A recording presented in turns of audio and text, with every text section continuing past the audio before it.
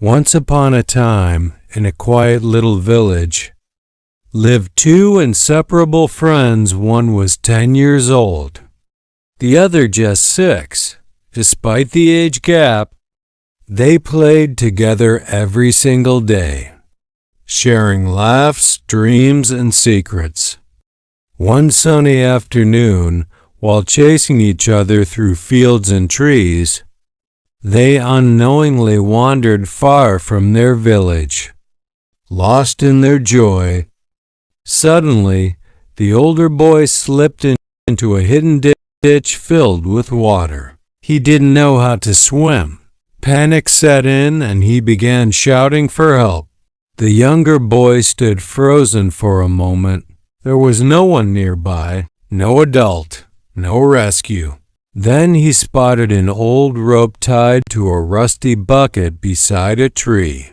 Without thinking twice, the 6-year-old grabbed the rope, threw the bucket and shouted, "Hold on!" The older boy grabbed it tightly. The little boy pulled.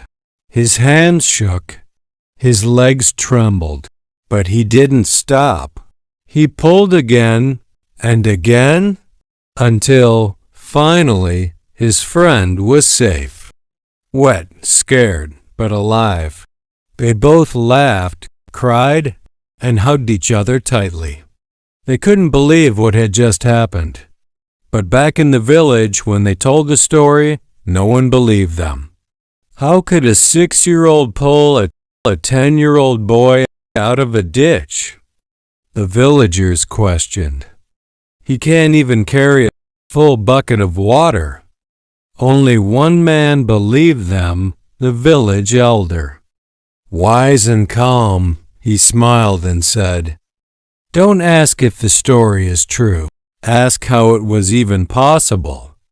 And then he answered his own question, because at that moment, there was no one around to tell that little boy he couldn't do it, not even himself.